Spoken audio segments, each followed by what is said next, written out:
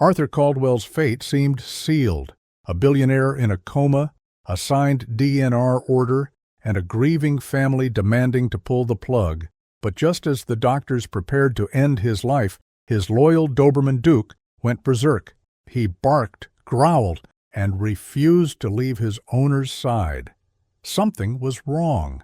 The antiseptic air burned Duke's nose. Machines beeped steadily, but Arthur Caldwell remained motionless, tubes snaking from his nose. The Doberman sat rigid, his dark eyes locked on his master. Something was wrong. He could feel it.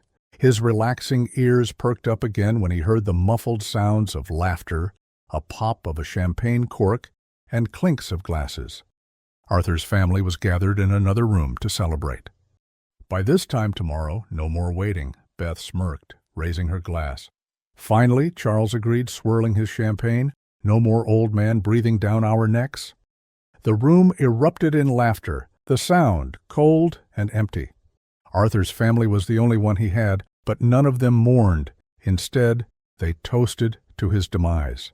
In another room of the hospital, the director relayed disturbing news. They would pull the plug on the billionaire. The family just showed me his signed DNR.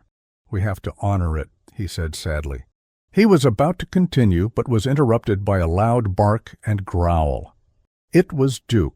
Duke's barks were coming from his master's room, but they were so loud that they echoed throughout the hospital. Duke barked furiously as Arthur's family entered. "This mutt is still here?" Lydia scoffed. Charles smirked, flipping open the DNR folder. The signature was shaky, just like Patrick's hands. "I still can't believe the doctor believed this," Patrick exclaimed, and they laughed. The director had indeed believed it, and he would be here soon to stop that beeping noise and pull the plug on Arthur. Finally. "I think we should all say our goodbyes," Beth mocked, and they snickered again. Charles reached for his father. Then Duke lunged. Teeth flashed. A snarl ripped through the air. "Rug!" Charles yanked his hand back just in time, the DNR slipping from his grip as he stumbled. Lydia gasped and pulled him away. "That animal is out of control." "Bad dog, sit!" Beth yelled. But their shouting did not faze Duke. He stood his ground, and his growl even became louder and angrier. The women took a step back in fear, but Charles didn't. "You're going to regret that," he promised before turning to his family. "Let's go." As they left, none of them noticed a nurse walk quickly away. Maybe if they had, they would have stopped her before it was too late, before she could foil all their evil plans. Nurse Emily Walker had worked with patients on life support long enough to notice patterns. From experience, families of patients in a coma either wept bitterly while sitting at their bedside or avoided the room completely out of pain. The Caldwells, though, were an entirely different bunch. She saw them through a glass window celebrating and even laughing, and it made her stomach turn. Now she had seen the way Duke barked at them. She was shocked at the Doberman's hostility, but she knew something was wrong. Now, standing in Arthur's hospital room where she had come to check his vitals, she stared at Duke and shook her head. He was a loyal one indeed. He had remained by his owner's side every night, guarding him like a soldier on duty. She was impressed by him. She found the DNR on the floor and picked it up, but did not look at it. She only sighed and began her routine. She checked the machines and noted Arthur's vitals. His pulse was steady, but she knew the director would still pull the plug soon. Till then, she would do her job. She felt a pang of sadness, but she brushed it off. It never pays to get too emotionally attached to a patient. Duke barked sharply. Emily hesitated. He whined, nudging a drawer. Something about it made her want to look. Arthur's family had gone home. She had heard them mention something about a mansion, and it seemed they were all spending the night there. It was already late at night. The hospital halls were empty and quiet. Only Emily and Duke remained in the room, keeping watch over Mr. Arthur. But Duke was restless. Suddenly he jumped away and ran straight to the nightstand. Emily was startled. "What is it, boy?" she asked. But Duke began to paw at the drawer. He was whimpering now, and the sad sound tugged at her heart. Was he trying to tell her something? Emily hesitated. She was not one to pry, but something about the way he cried made her want to look badly. Did he forget something in there? She turned to the door and stared at it intently. Then, slowly, she walked up to the drawer. Duke scratched the top drawer again, so she grabbed its handle and pulled. It was empty. Duke whimpered, and then scratched the second and last drawer. Emily hesitated and drew it open, but it was empty too. Emily felt very foolish now. She looked up, hoping the cameras hadn't caught her snooping. She was about to turn away when the dog began to scratch the bedpost. "Not again." She rolled her eyes. "Are you missing your ball or something?" But Duke kept scratching, and his whimpers and barks became louder. Emily could not believe her heart was falling for it again. She looked about one more time and slowly, so she wouldn't tip Mr. Arthur over, she lifted the bed. She expected to see an empty space, and she did, except there was also an envelope there. "There are no toys here, Duke," she said. She was about to drop the bed when Duke barked in excitement and touched the envelope with his paw. Emily froze. What was happening? "You want me to pick it up?" she asked the dog, and he barked again. So Emily did. She picked it up and let the bed drop slowly. At Duke's nudging, she opened the envelope and peeped inside. Inside was a folded paper, which she pulled out and opened. Her breath caught, and her eyes grew round when she realized what she was looking at. It was Arthur Caldwell's will. Her eyes scanned the words quickly, and then she saw them. Charles, Lydia, and the entire Caldwell bloodline were all disinherited. Not a single cent left to them. Instead, the bulk of the estate was to be given to charity, divided among Arthur's most trusted employees, and her brow rose. A significant portion was left to Duke. This was the real will, the one Arthur had intended to stand. She turned to Duke in shock. This was big. This was very big, and this explained a lot. This is why they were trying to hasten his death, so they could share the properties before the change could be discovered. Emily shivered. "Okay, boy," she whispered. "Let's save him." Emily ran down to the director's office and knocked. There was a pause before a voice answered, "Come in." Dr. Alan Westcott was a man of few words. He adjusted his reading glasses. "Nurse Walker, it is late." "I need to show you something," Emily said quickly. She placed the will on his desk, and he frowned. "I found this in Arthur Caldwell's bedroom," she explained. "Look at the dates. This is his real will. This might be why the family wants to pull the plug." Dr. Westcott's expression darkened as he read. Silence stretched between them. Then his gaze lifted. "You're sure about this?" 100%, and that's not all." Emily reached into her pocket and pulled out the forged DNR. "This is fake. I compared the signature to the one in the will." Dr. Westcott exhaled sharply. "If what you're saying is true, then we're looking at fraud at best and attempted murder at worst." Emily swallowed hard, and Dr. Westcott picked up his phone. "I'm ordering an immediate suspension on Arthur Caldwell's DNR request." He barked into the receiver. "Life support stays on until we can verify something." Relief flooded Emily's chest. She had done it. Duke had done it. Arthur was not going to die. Emily was sure she had stopped them, but unfortunately, the real danger had just begun, because the family was smarter. Charles and Lydia had returned just in time to see Emily run out of the room and to the director's office with the DNR. They immediately knew she was onto them. As Emily exited the director's office happily, she did not notice Charles's watching eyes, just as they had not noticed her earlier. "What do we do now?" Lydia asked. "They are going to investigate and find—" "No, they won't," Charles smirked. "Not if they find reasons not to trust her." Charles made only one phone call, but it was enough.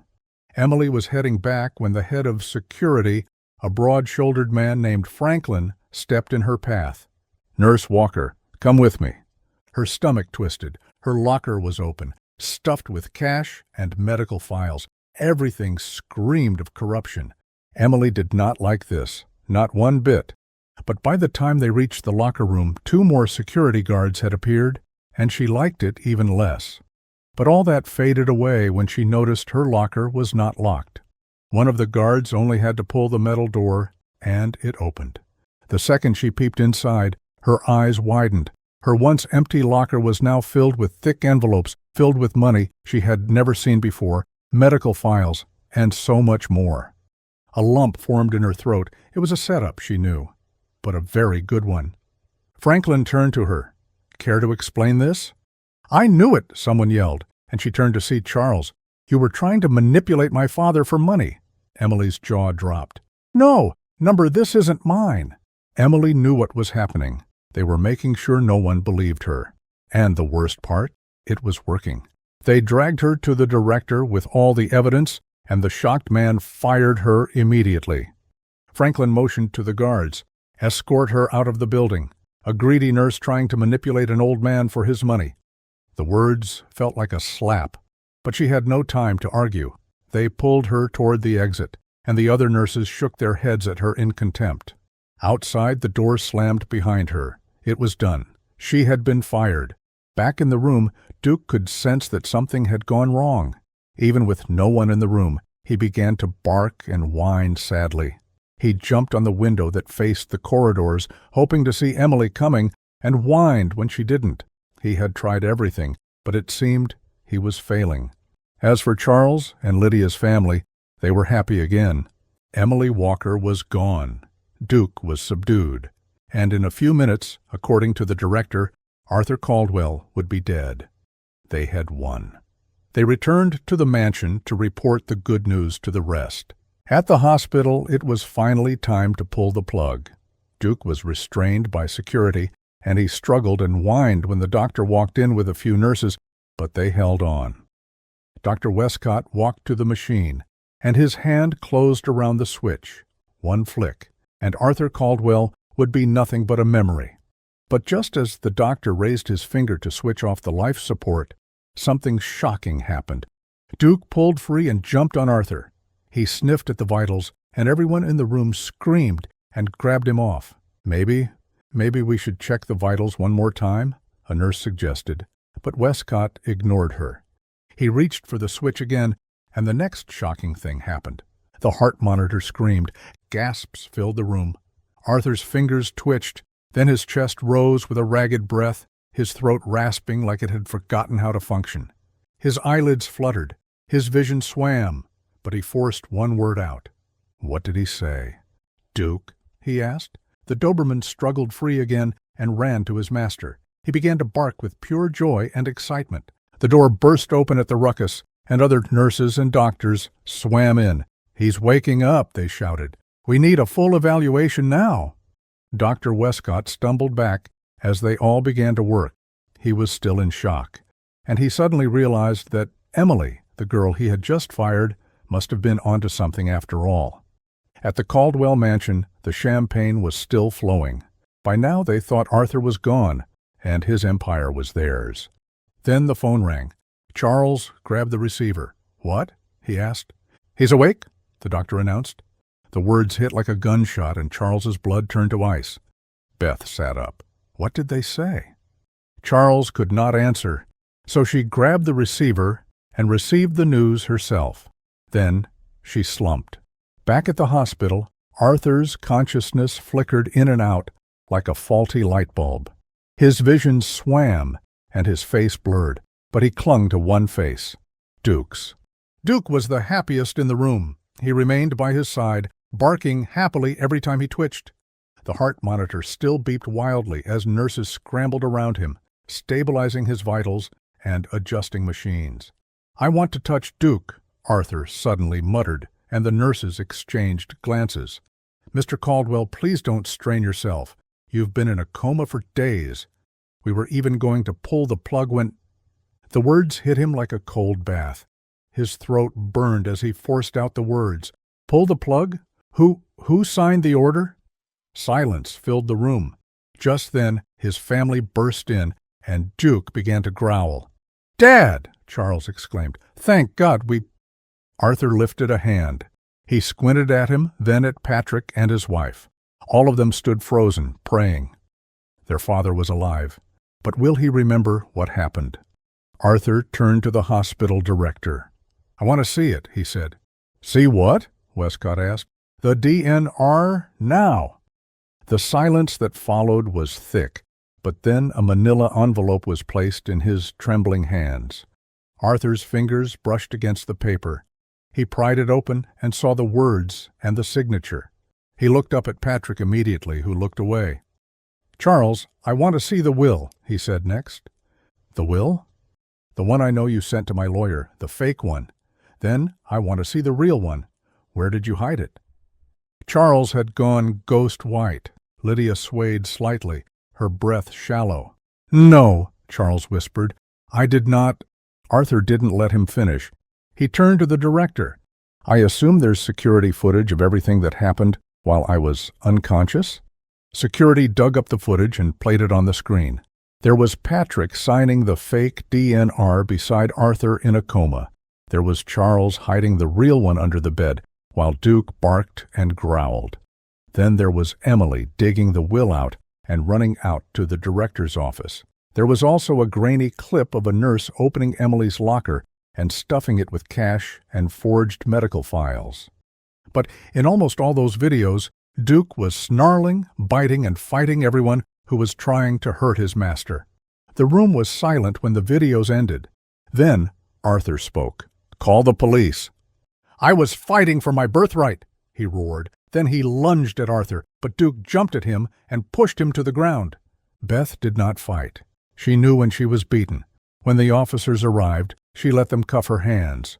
"You are arrested for fraud, forgery, and attempted murder," the officer said, and her face crumbled. "You will regret this," Charles shouted, as the policeman bounded him, his wife, mother, and brother out to their waiting cars. Even Westcott was arrested too, to be investigated. The news spread fast. Within hours, all the news outlets carried the news, with the names and faces of Charles, Beth, Patrick, and Lydia splashed on the papers. The whole world was in shock as they read what greed could lead a family to do. The good side was that the news carried Emily's part too, and her name was cleared. The hospital reinstated her immediately, and they apologized thoroughly. But Arthur wasn't done yet. He had one final surprise for Emily. Arthur called his lawyer. "Rewrite my will," he said. "I'm giving a fortune to Nurse Emily." He then invited her to visit. When she finally came, he looked stronger than ever. And Duke? Duke was right where he belonged, curled at Arthur's feet, his tail thumping against the bed frame. Arthur smiled when he saw her. "Emily?" he asked, and she nodded. He reached down and ran his fingers through Duke's fur. "This dog never gave up on me." Emily smiled. "No, he didn't. Neither did you." Emily looked surprised. "I just did what was right." Arthur smiled, then reached for the drawer beside his bed and pulled out a folded envelope. He extended it to her. She unfolded it, and her heart stopped. Her name was in the will with a number so high she nearly dropped the letter. "I can't accept this," Emily whispered. Arthur smiled. "You risked everything for me. Let me return the favor." The weight of his words settled over her like a warm blanket. She had spent years caring for people who would forget her name the moment they walked out of the hospital. Now, the richest man she had ever met was handing her a future she never dreamed possible. She nodded slowly. "Okay," she whispered. Arthur smiled. "Good." He turned to Duke. "As for you, my friend," he began, "you have earned yourself a life of luxury." Duke, the real hero, got a mansion to roam in, a lifetime supply of steak, and a permanent place by Arthur's side. Duke's loyalty saved Arthur's life. Click here for another unbelievable story.